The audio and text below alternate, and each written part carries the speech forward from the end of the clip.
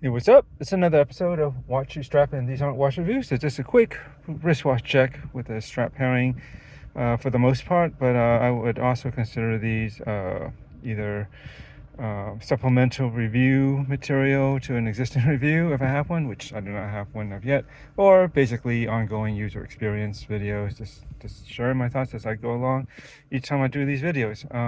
So today I'm back on the Laurier, I guess the Urban Gentry by Laurier, because it's Urban Gentry Gentry Labs collab with Laurier, and they produced a watch. And this is the Merlin. This is World War II inspired pilot watch. More specifically, it's basically taking homage and inspiration from the early pilot watches of the Allied forces, mostly the British RAF, although I believe some American Air Force, Army Air Force, did use a similar watch design in a limited capacity, if I'm not mistaken, from my research when I did own a Weems style pilot watch. I had a Longines Weems pilot watch, reference L2.60606.4, if I remember correctly. And it's a very true limited edition from Japan of a very true what did they put on the back? Replica. They actually put replica on the back of the case, just so that it's so close to the original that, just in case anyone was wondering, that's how you can distinguish it, at least on the surface wise. And if you look back at my videos, when I had that, you'll see the design inspiration. And this isn't specific to any one design. There's actually a few things going on here, but I think they did a really nice job on this, as I mentioned before. Nice off-white dial. It's not like a bright, it's almost like an eggshell. It's just a slight, ever so slight hint of warmth to it, but it's not opaline for sure. And the nice heat blued hands right over that is always nice over a white dial in particular. And the, I guess you could call it Fotina, but the cream colored lume, which are actually like 3D. I think they're basically a form of lumicast. You can see on the dial, they just definitely have a 3D nature to them. Not the biggest, but still nice. I didn't think they overdid it. I think if they made it too big and blocky, that might have threw off the vintage inspired vibes a little too much. It would have looked too modern, which I had a Vertex M100A, which is a really nice, modern recreation of a Dirty Dozen watch, which they were part of back in World War II. Check back in my previous videos, and that looks really nice and modern, and that's my favorite version of the Dirty Dozen style of watches. Just nothing else really quite does it for me for some reason. They just did it a specific way that I really like. And the 40 millimeter version, they did come out with a 36, but it's not quite it's very true to the vintage ones, but it had fixed lugs, fixed spring bars, so that wasn't really something I was into, though that's probably closer to how it should be. But I like the versatility of having removable spring bars and putting other strap options on. But speaking of strap options, other strap options on, this is on another Haveston strap that many that I own.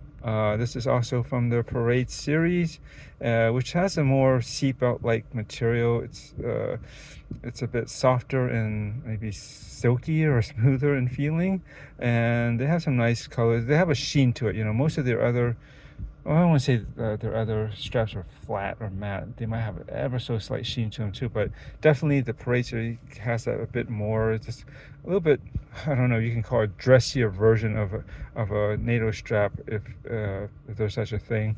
But this is on their, I believe it's called the sea blue color. I got this a while back when I had one of many Zodiac Super Seawolves.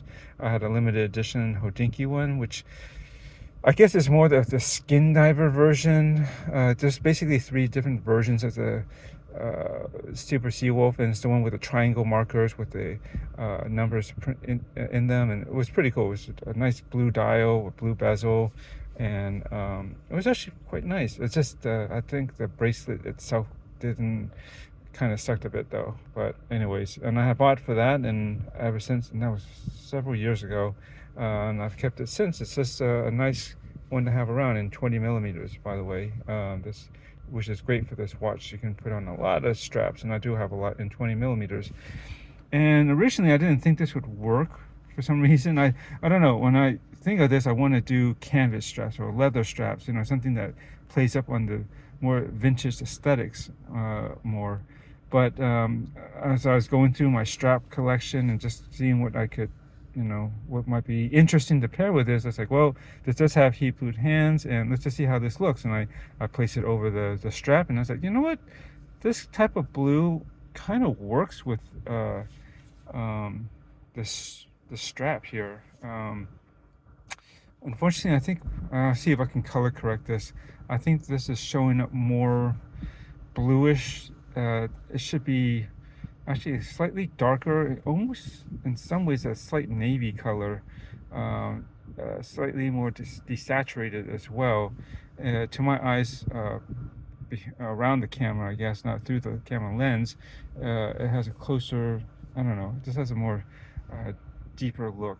I don't know how to describe it, but hopefully it'll translate still well in this video. But yeah, it's just I put it together, and you know, it kind of works. I like how it plays off the blue in the hands, and something about a white dial popping up against a blue dark blue strap of some sort actually kind of works for me as well.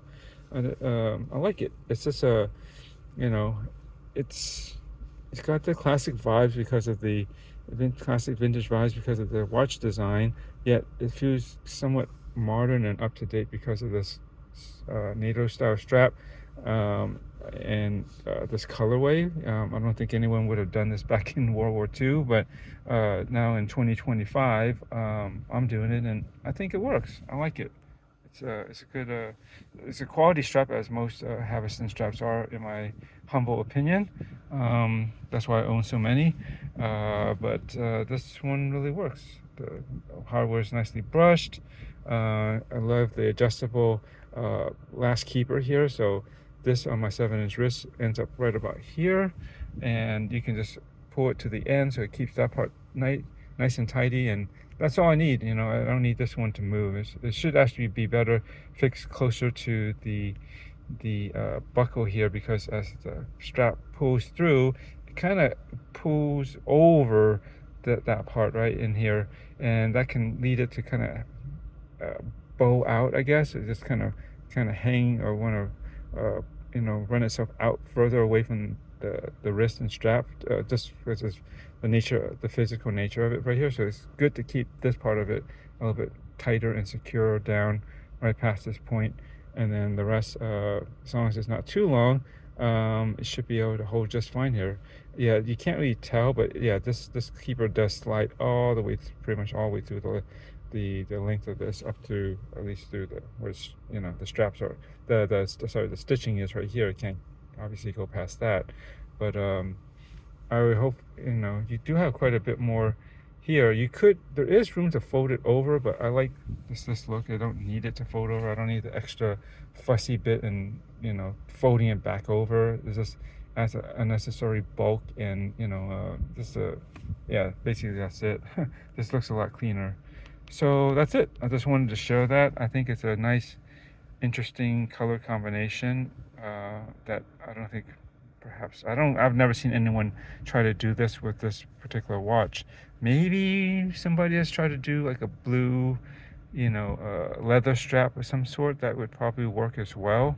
That would actually work pretty nicely too, but I don't know. This is what I have to work with, and I try to stick with that. And if there's something else that might work, I guess I'll buy it. But I have so many straps, I don't really need to buy many more straps these days.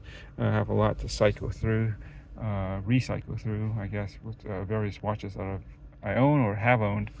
And that's it. Thanks for watching. I guess let me know what you think. But yeah, enjoy your watches. I am continuing to enjoy this one. It's a pretty nice watch, and yeah, I haven't had much problem with this being Hesalite, or acrylic. That's what Laurier does. They stick to the guns, and they give you a small bottle of poly watch, but it's held up just fine. And I'm usually pretty careful, but still, I don't think it's as problematic as some people are. But people have different wearing habits, and they may really scratch up their watches a lot because they however they swing their arms and do what they do with their watch hand or wrist, right? All right, thanks for watching. Laters.